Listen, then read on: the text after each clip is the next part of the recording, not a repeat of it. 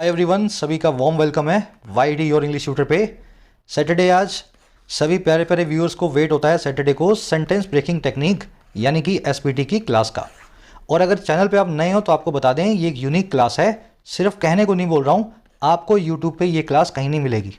और यूट्यूब तो ठीक है, ये तो फ्री प्लेटफॉर्म है, आपको पेड कोर्स ले लो, वहाँ भी इस क्लास में जिस तरीके से पढ़ाया जा रहा है ऐसे नहीं पढ़ाया जाएगा। इस क्लास में मैं आपको सिखाता हूँ इंग्लिश को लॉजिक से अप्रोच करना। आपके सामने कुछ सेंटेंसेस को रखूंगा और मैं उनको करता जाऊंगा ब्रेक। हर वर्ड को उसकी जगह दिखाएंगे, फिर हम देखेंगे कि कौन सा वर्ड पहले कौन सा वर्ड बाद में, इसके पीछे का क्या लॉजिक है। और लास्ट में देखेंगे कि जो एरर्स सेंटेंसेस में रखी हुई हैं उनको कैसे लॉजिक के साथ पकड़ना है, रट्टा मार के नहीं, तुक्का मार के नहीं, लॉजिक के साथ। तो इंग्लिश में मैथ्स का लॉजिक लगाने वाली क्लास है, जैसे मैंने पर्सनली इंग्लिश को अप्रोच किया है आप भी मेरे साथ सीखते हो। तो चलिए शुरू करते हैं, टाइम वेस्ट नहीं करेंगे। सेंटेंसेज आपके सामने हैं, सभी सेंटेंस द हिंदू से उठाए गए हैं। ये फर्स्ट सेंटेंस है, पहले बता रहा हूं मैं, इसमें 4 से 5 एरर्स रखी हुई हैं। ऐसे नहीं देखनी है, इसको तोड़ना है, तोड़ करके वो एरर्स खुद से बोलेंगे देखो हम यहाँ रखी हुई हैं, हम यहाँ रखी हुई हैं, है ना, ऐसे अपने को सीखना है। फर्स्ट सेंटेंस है, पहले इसको पढ़ लेते हैं। कह रहा है जी, the supreme court has sought for the governments respond to appeals to allow same sex marriages under a special law with a view to provide legal sanction to widen social customs। Sentence आपने पढ़ लिया, अब इसका एक बार meaning निकालो, कोशिश करो निकालने की, फिर एरर ढूंढना। कह रहे जी तो सुप्रीम कोर्ट है, हमारी उच्चतम न्यायालय, इसने सॉट फॉर किया है। सॉट है सीक वर्ब की थर्ड फॉर्म। सीक का मतलब होता है किसी चीज़ को मांगना या किसी को तलाशना या पाने की कोशिश करना।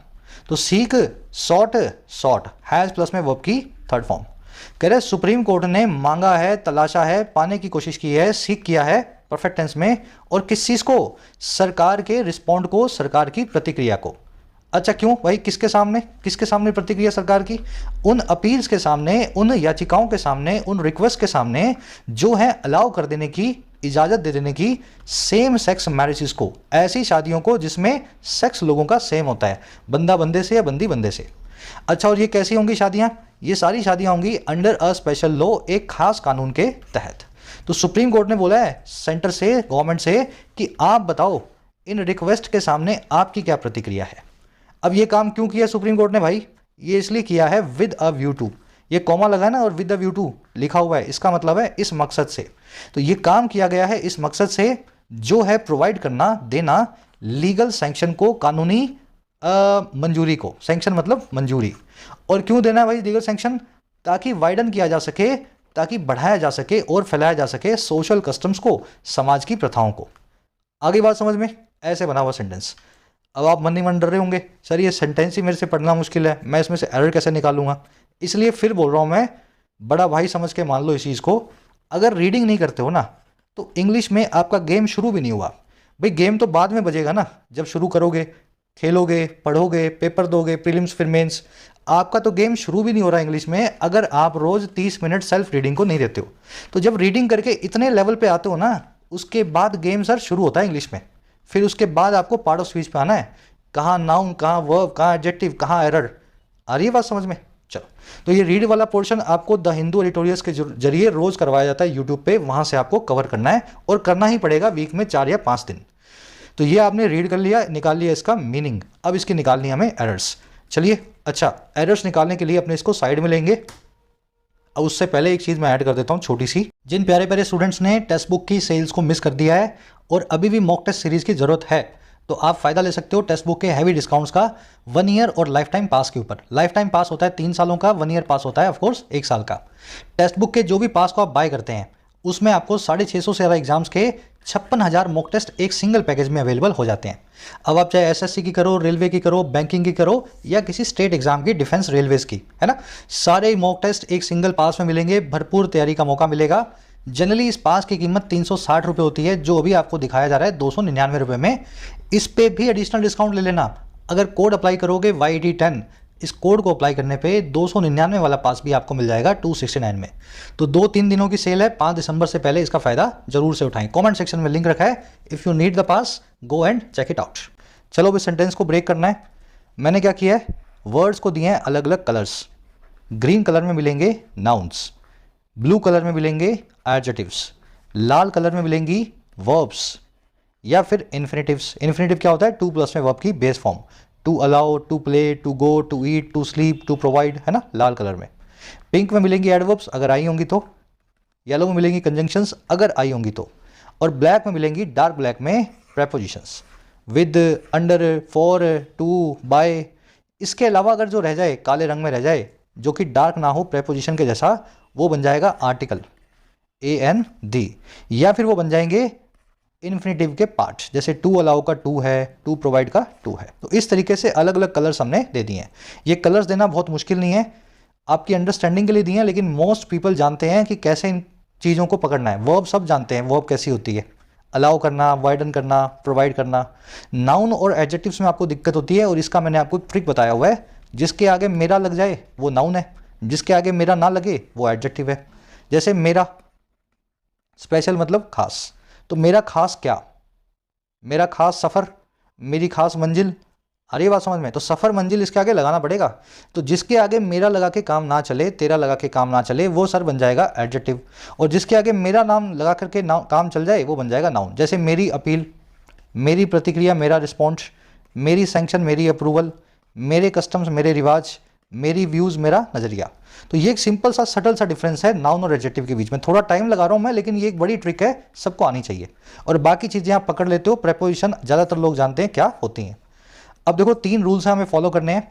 इस सेंटेंस में कम से कम एक नाउन जरूर होगा, एक सब्जेक्ट जरूर होगा, और सब्जेक्ट बनेगा ग्रीन कलर का वर्ड यानी कि नाउन। दूसरा रूल, सेंटेंस में जितने सब्जेक्ट होंगे कम से कम उतनी वर्ब्स जरूर होंगी। मान लीजिए 2 सेंटेंस है तो 2 वर्ब्स जरूर होंगी, 5 भी हो सकती हैं और 15 भी हो सकती हैं, इसका कोई मतलब नहीं है, 2 तो होंगी। रूल नंबर 3, हर प्रेपोजिशन को एक ऑब्जेक्ट जरूर देना है आपको, और वो प्रेपोजिशन का ऑब्जेक्ट होगा नाउन ही। तो सब्जेक्ट और प्रेपोजिशन का ऑब्जेक्ट हमेशा नाउन बनता है। रूल नंबर 3 अब मैं आपको अप्लाई करके दिखाता हूँ। देखो द लगा हुआ है, सुप्रीम कोर्ट है, एस बड़ा है, सी बड़ा है, हमारे उच्चतम न्यायालय की बात हो रही है, सरकारी संस्था है।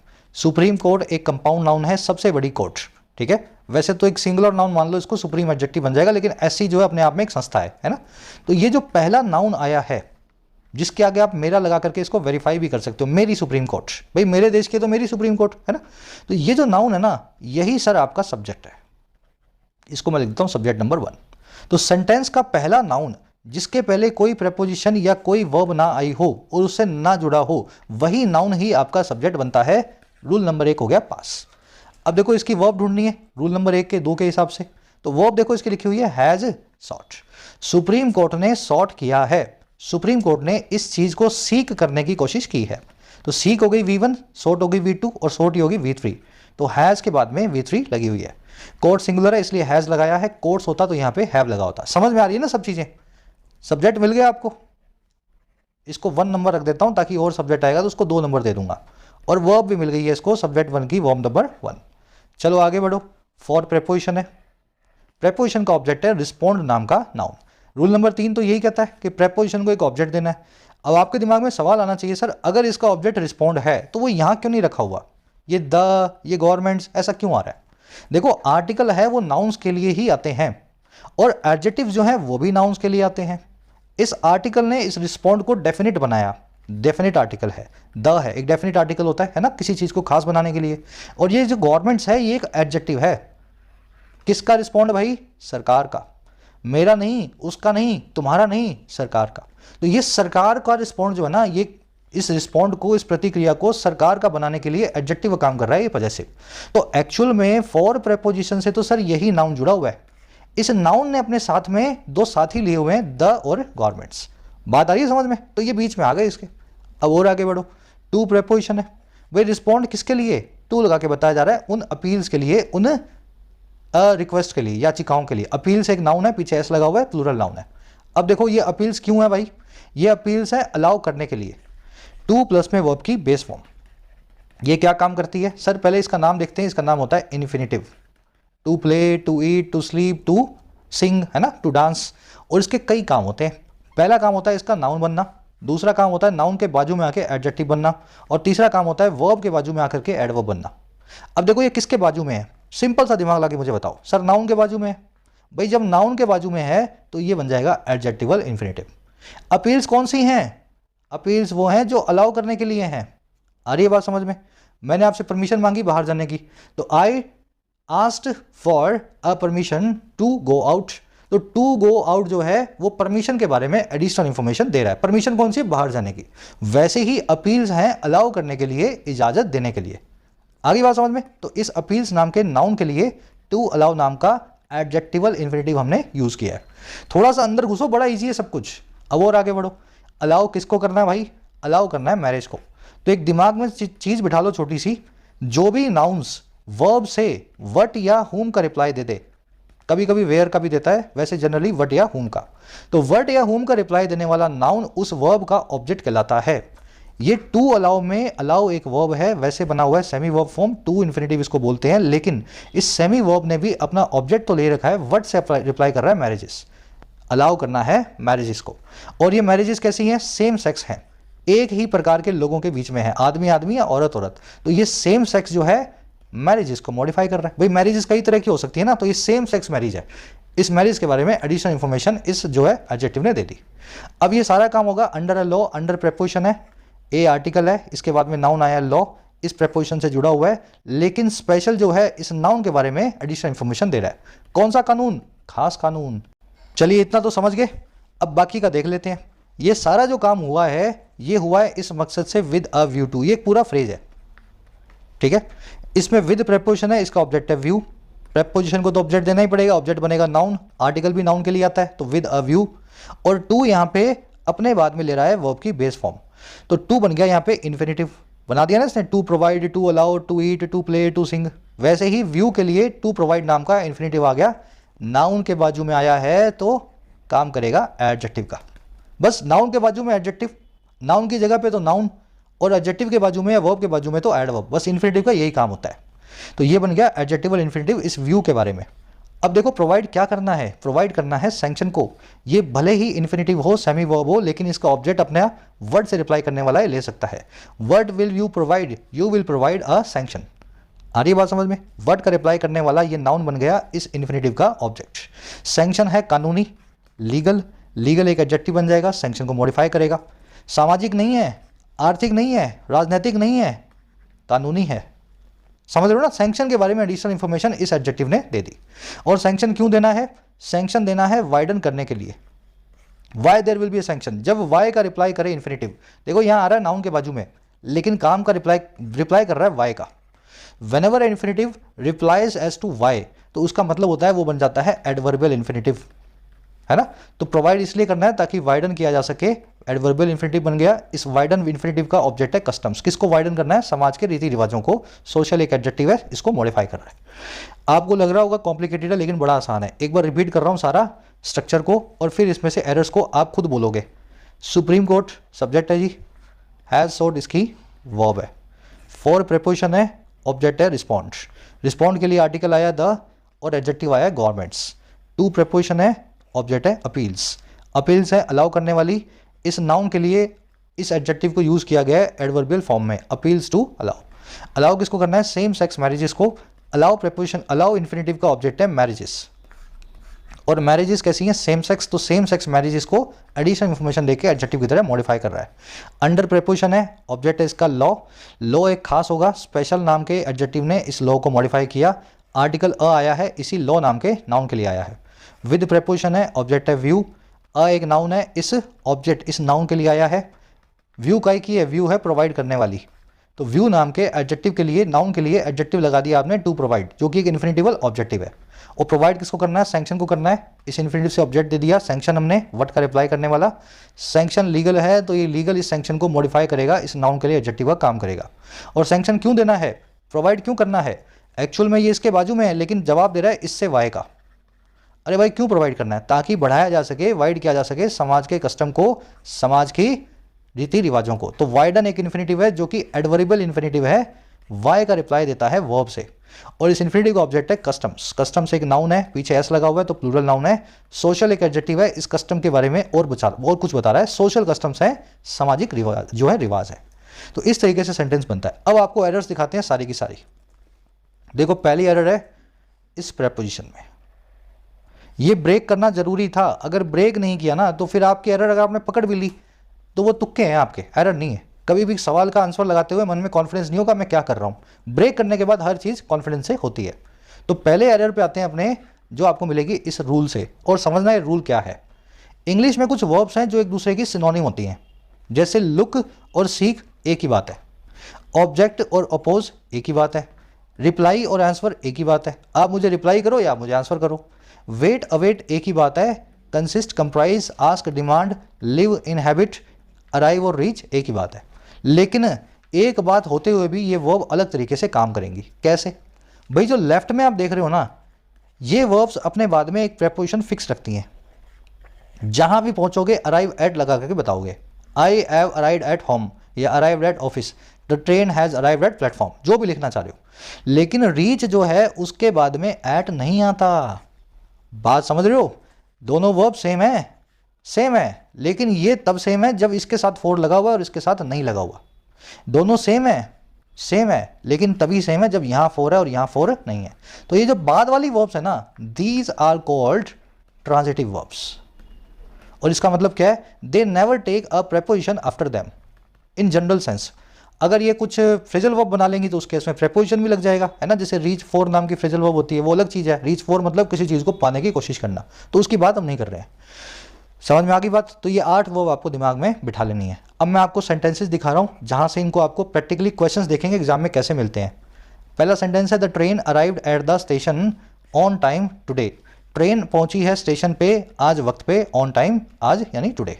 अब ये सेंटेंस सही है, लेकिन जैसे ही अराइव्ड की जगह पे आपने रीच लिखा तो होगा क्या? आप यहां पे एट को है ना रिमूव करोगे। The train reach the station on time today. बात आ गई समझ में? बस इतना एक पेपर में इतना ही ध्यान रखना है आपको, अराइव के साथ में एट लगाना है, लेकिन रीच वाला सेंटेंस कहीं दिख जाए, पहुंचने की बात हो, तो उसके साथ में एट नहीं आएगा। वैसे ही the passengers are waiting for the bus, यहां पे वेटिंग के बाद में फॉर सही है, लेकिन the passengers are awaiting for the bus, awaiting for the bus यहां पे फॉर गलत है ना। सिंपल। चलो और सेंटेंस बना के दिखा रहा हूं दो, अच्छे से प्रैक्टिस करो आप, कोई गुंजाइश नहीं रहनी चाहिए। The customer asked for more discount, customer ने और डिस्काउंट मांगा। सेंटेंस बिल्कुल सही है, आज के साथ में फॉर आता है, इसका मतलब होता है मांगना।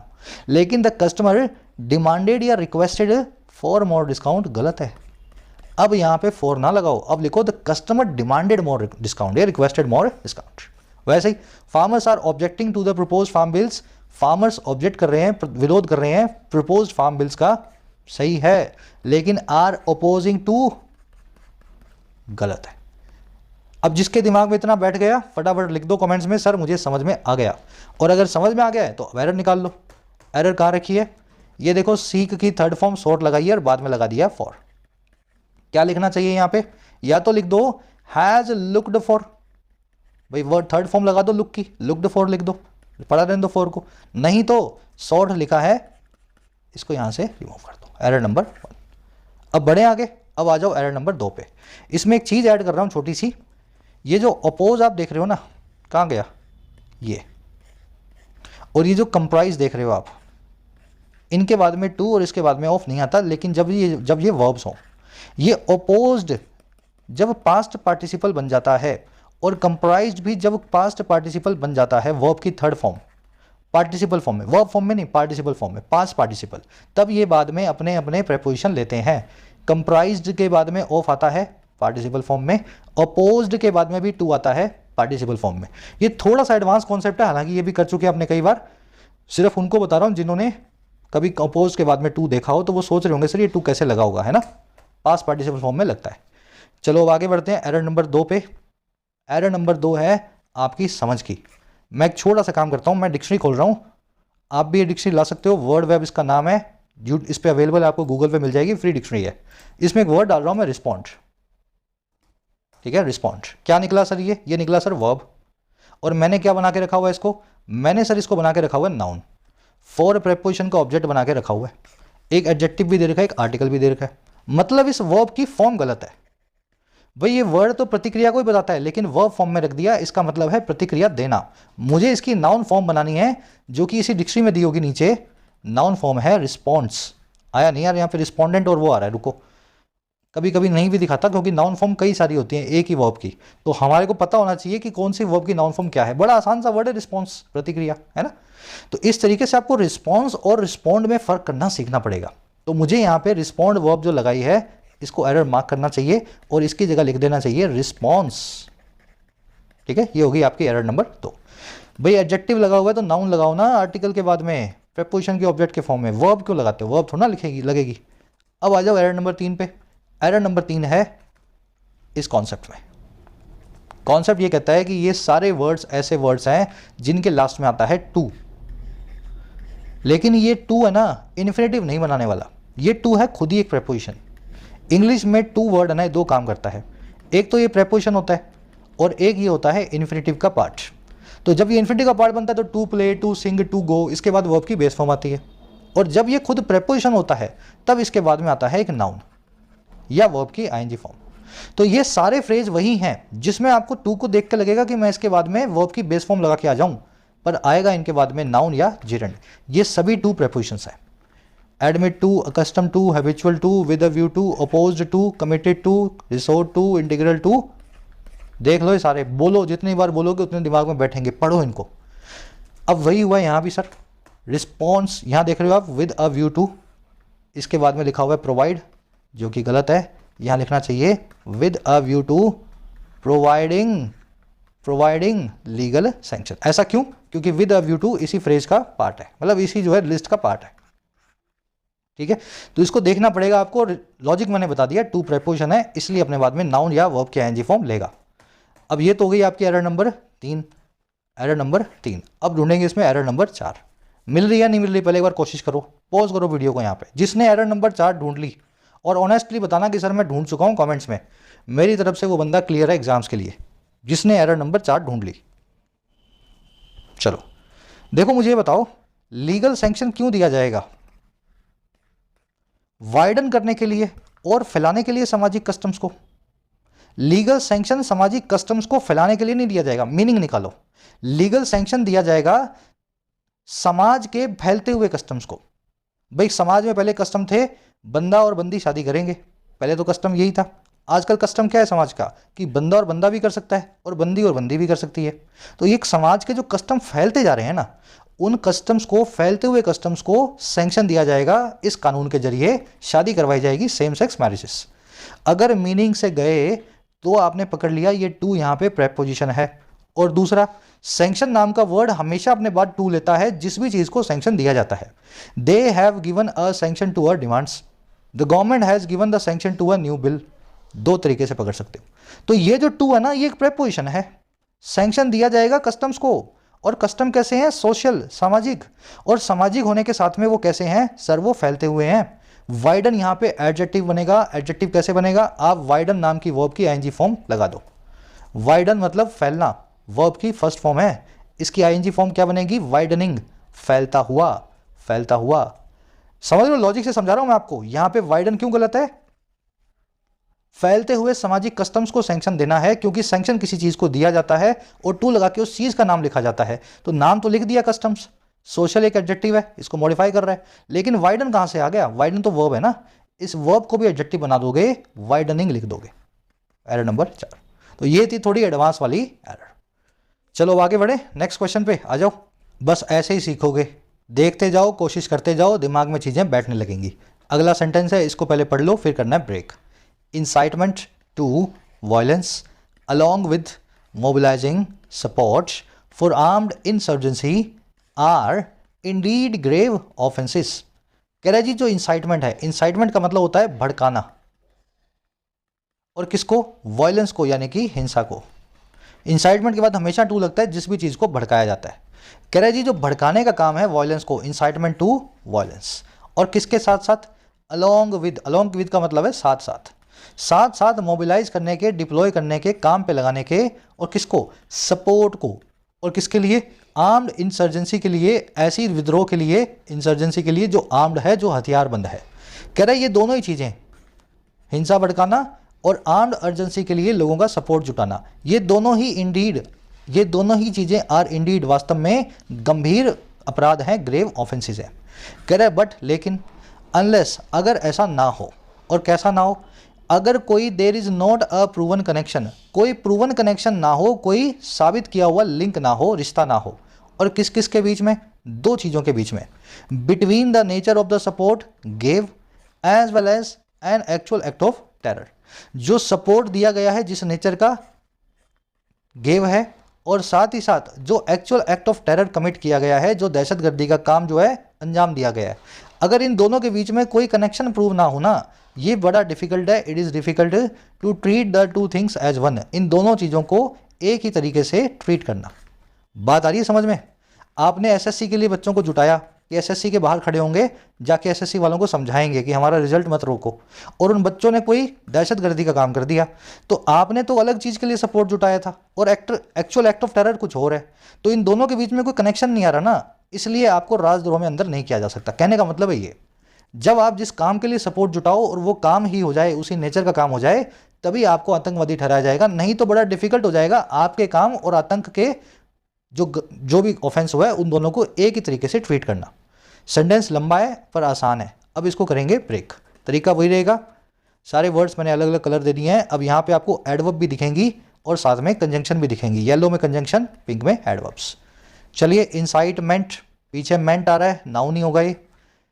पहला सब्जेक्ट, पहला नाउन है सेंटेंस का, तो इसको हम बना देते हैं सब्जेक्ट।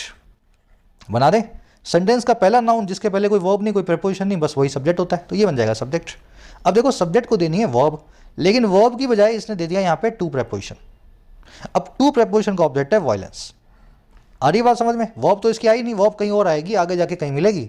टू प्रीपोजिशन आई और उसका ऑब्जेक्ट हो गया वायलेंस। वायलेंस भी एक नाउन है, प्रीपोजिशन का ऑब्जेक्ट बन सकता है। आगे और बढ़ो, अलोंग विद। अलोंग विद एक प्रीपोजिशन है, इसका ऑब्जेक्ट है मोबिलाइजिंग। किसके साथ साथ भाई? मोबिलाइज करने के साथ साथ। प्रीपोजिशन अपने बाद हमेशा या तो नाउन लेगी या लेगी वर्ब की आईएनजी फॉर्म। आईएनजी फॉर्म लगी हुई है, अपने आप ही नाउन का काम कर देगी इस प्रीपोजिशन के लिए। अब मुझे बताओ, वर्ब की आईएनजी फॉर्म है, लेकिन है तो वर्ब ही, इससे ऑब्जेक्ट बन गया इसका सपोर्ट। मोबिलाइज क्या करना है भाई? इकट्ठा क्या करना है? इकट्ठा करना है सपोर्ट को। मोबिलाइज का मतलब होता है लाम बंद करना, किसी चीज़ को इकट्ठा करके एक्शन के लिए रेडी करना। तो मोबिलाइज वर्ब का जो सेमी वर्ब है, जीरंड फॉर्म में है, विद प्रीपोजिशन का ऑब्जेक्ट है, उसके साथ में एक नाउन रखा हुआ है सपोर्ट, जो दे रहा है मोबिलाइज से व्हाट का रिप्लाई। अब देखो, फोर प्रीपोजिशन है, इसके लिए ऑब्जेक्ट है इंसर्जेंसी, जो अपने ग्रीन कलर में। इंसर्जेंसी का मतलब होता है विद्रोह, और ये जो आर्म्ड है ना, ये इस विद्रोह के बारे में एडिशनल इंफॉर्मेशन दे रहा है। ऐसा विद्रोह जो आर्म्ड है, जिसमें आर्म्स का यूज हुआ है, हथियार बंद है। एक शांति वाला विद्रोह होता है, महात्मा गांधी वाला, एक भगत सिंह वाला होता है, तो ये भगत सिंह वाले विद्रोह की बात कर रहा है ना, एडिशनल इंफॉर्मेशन दे रहा है इस नाउन के लिए। अब यहाँ आ गई वर्ब, सब्जेक्ट के लिए वर्ब आपको मिल चुकी है। अब देखो, ये क्या है? इंसाइटमेंट।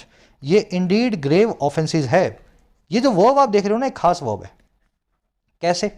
मैं आपको is, am, are, was, were, be, been और बींग, ये 9 वर्ब्स आपने देखी हुई हैं। इन सबको बोलते हैं be family verbs. Is, am, are present में, वॉज, वर पास्ट में, बी जो है इन्फिनिटिव फॉर्म में, बेस इन्फिनिटिव फॉर्म में, बिन परफेक्ट में, और बीइंग कंटिन्यूअस में। तो ये 9 वर्ब्स जब भी सेंटेंस में लास्ट में आ जाएं, अभी देखो इसमें वर्ब कितनी है? एक ही है, लास्ट में यही वर्ब आ रही है। मान लो यहाँ पे 5 वर्ब्स होती हैं इकट्ठी जुड़ी हुई, कोई हेल्पिंग वर्ब, कोई मेन वर्ब। जब भी ये मेन वर्ब बन के लास्ट में आ जाएं, तो वो सेंटेंस के अंदर सब्जेक्ट के लिए सब्जेक्ट कॉम्प्लीमेंट लेके आती हैं। आई एम गुड, या आई एम अ सोल्जर।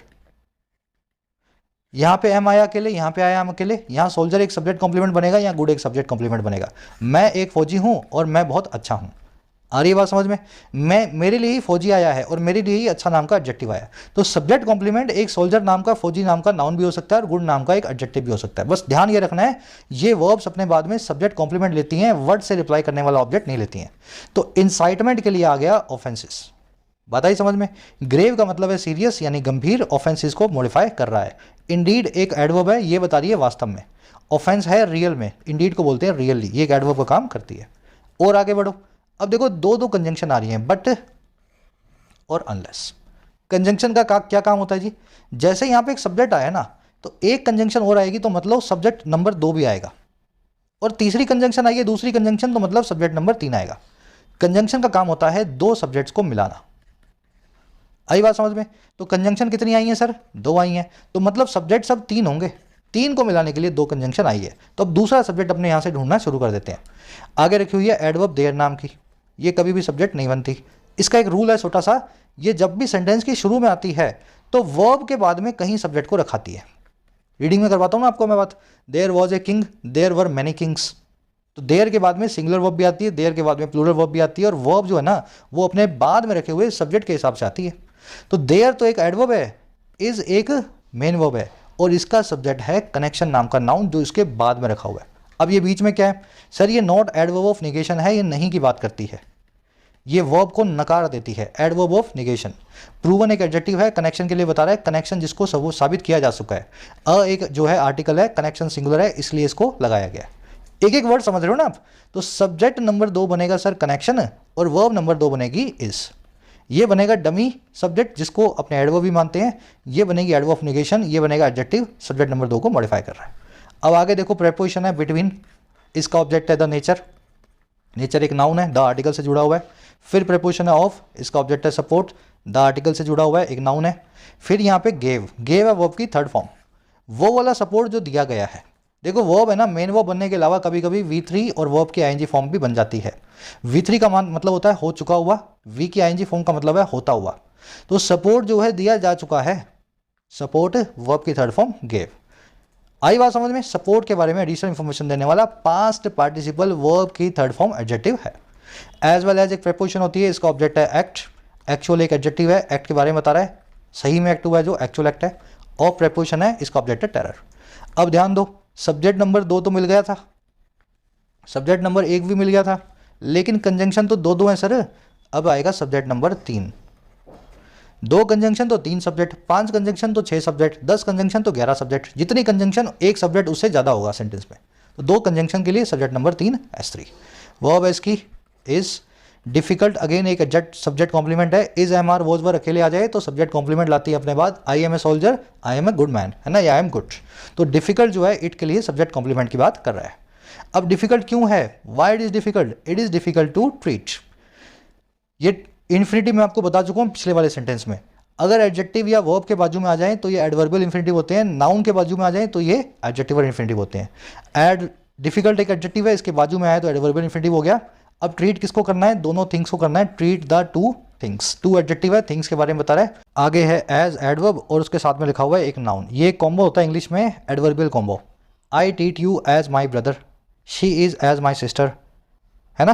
तो treat the things as one, तो ये एज प्लस में नाउन एक कॉम्बो होता है जो किसी चीज़ के कैसे किसी की चीज़ को लिया जा रहा है, किस तरीके से लिया जा रहा है, इस बारे में बताता है। ये एक एडवर्ब ऑफ मैनर का जो है कॉम्बिनेशन होता है, एज प्लस में एक नाउन। तो इसको आप पूरे को आप एक एडवर्ब मान के चले। चलिए, लंबा सेंटेंस था, थोड़ा टाइम भी लग गया, थोड़ा कॉम्प्लिकेटेड भी होगी चीज़ें।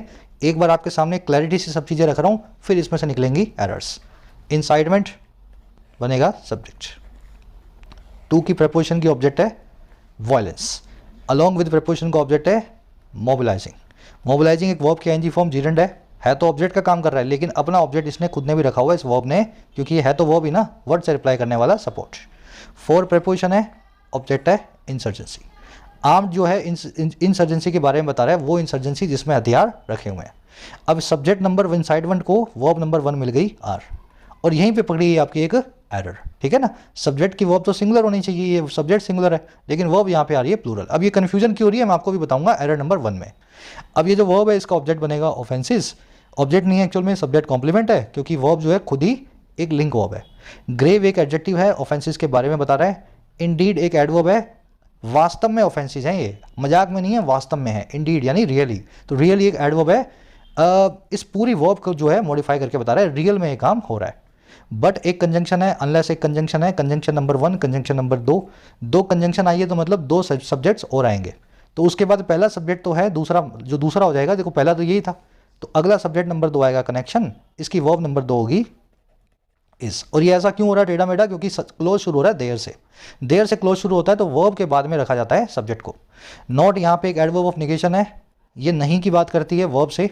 प्रूवन एक एडजेक्टिव है, इस सब्जेक्ट नंबर 2 को मॉडिफाई कर रहा है। ए एक आर्टिकल है, इसी सब्जेक्ट के लिए आया, सब्जेक्ट सिंगुलर है।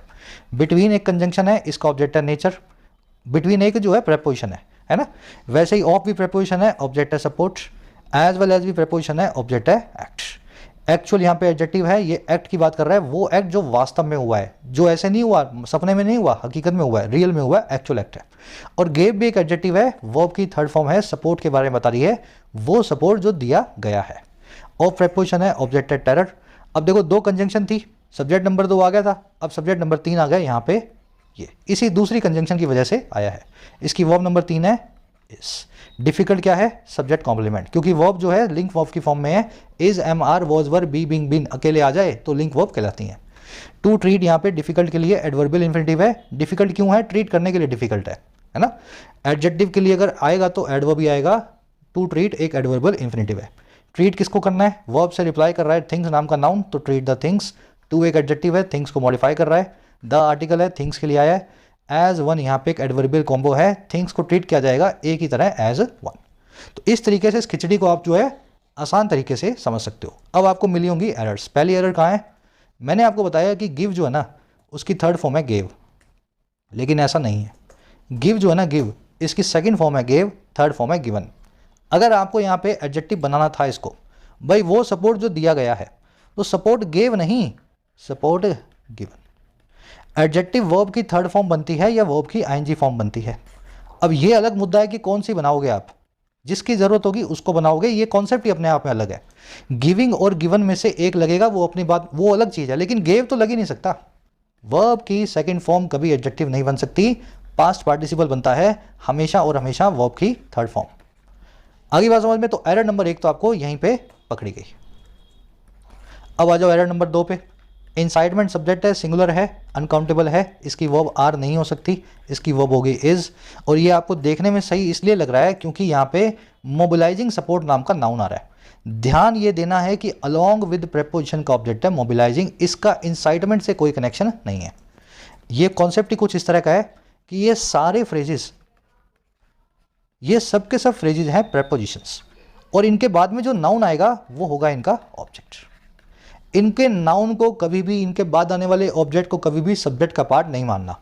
एग्जाम्पल के जरिए, India as well as Turkey is या are going to be sanctioned by the USA under the CAATSA act. India के साथ साथ टर्की जो है सैंक्शन किया जाने वाला है, उस पर प्रतिबंध लगाया जाने वाला है अमेरिका के द्वारा काटसा एक्ट के अंडर में। अब हिंदी में देखो तो 2 कंट्री पे लग रहा है प्रतिबंध, इंडिया पे और टर्की पे, तो आप यहाँ पे आर लगाओगे, लेकिन एज वेल एज एक प्रेपोजिशन है, टर्की इसका ऑब्जेक्ट है।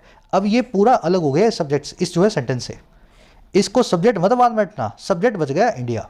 अब वर्ब लगा दो, इंडिया के हिसाब से वर्ब आएगी यहाँ पे इस। आ रही है बात समझ में। हिंदी और इंग्लिश में ऐसे फर्क आता है। ये सारे फ्रेजेस जो हैं ये प्रेपोजिशनल फ्रेजेस हैं, इनके बाद में आने वाले ऑब्जेक्ट को सब्जेक्ट का पार्ट नहीं मानना है। वैसे China's economy in addition to other Asian economies has या have been hit by the ongoing global recession।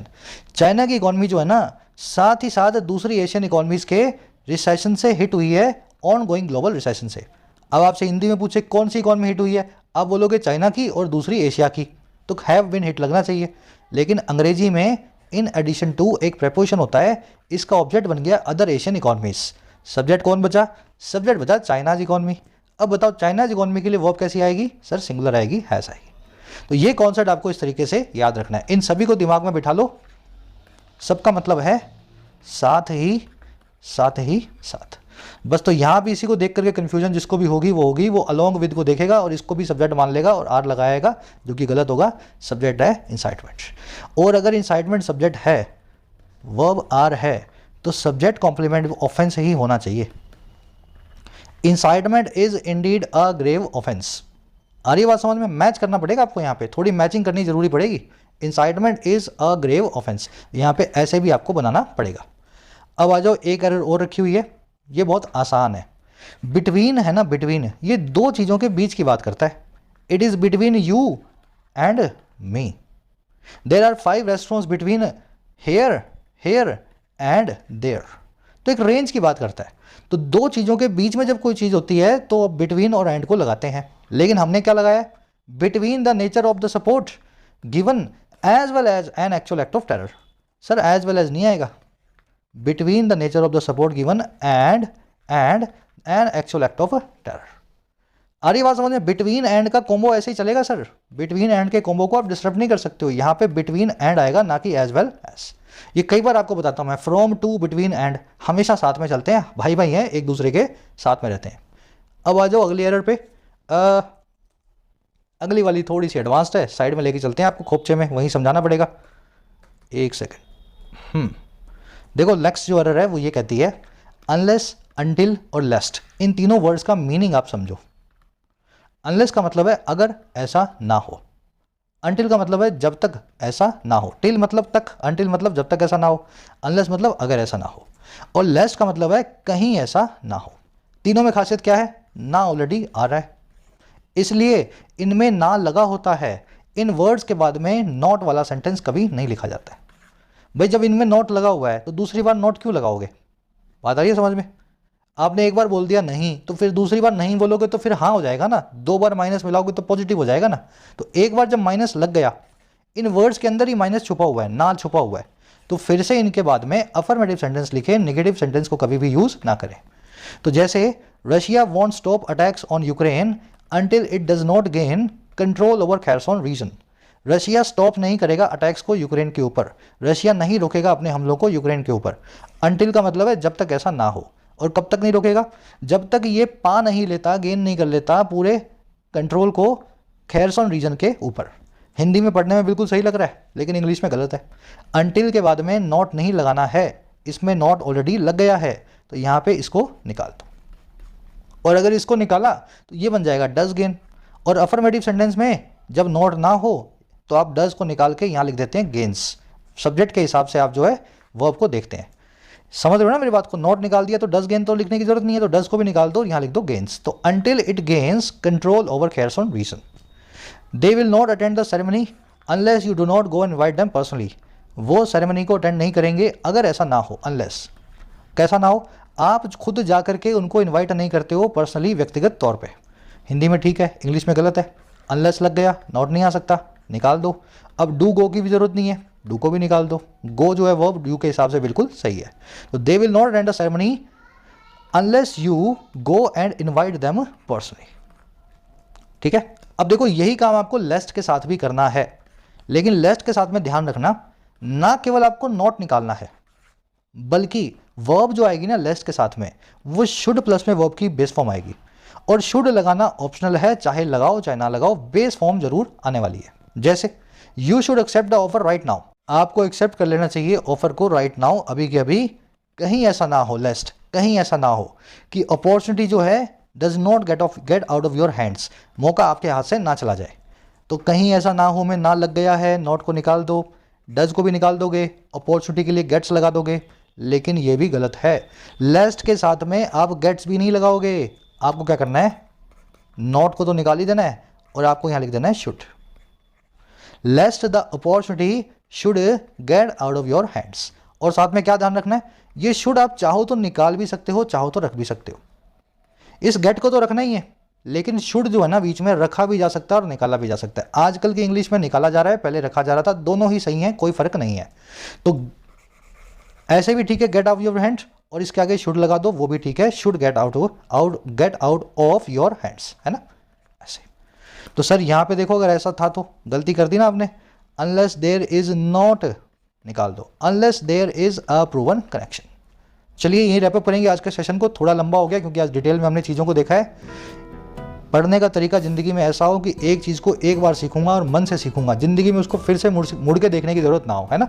Revise करूंगा लेकिन फिर से कन्फ्यूजन नहीं होगी, ऐसा ही आपको पढ़ना है। लास्ट सेंटेंस आपको दिखा रहा हूँ, इसमें मिलेंगी एरर्स, ऐसे इसको ब्रेक करोगे।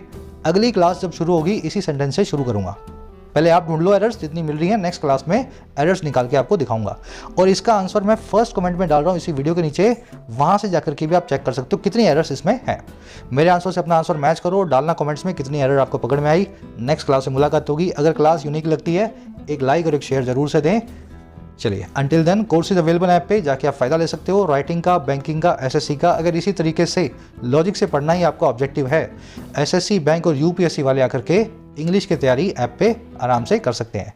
ये नंबर है व्हाट्सएप टीम का, आप इससे जाके इस नंबर से व्हाट्सएप से टीम से बात करें। Until then, signing out.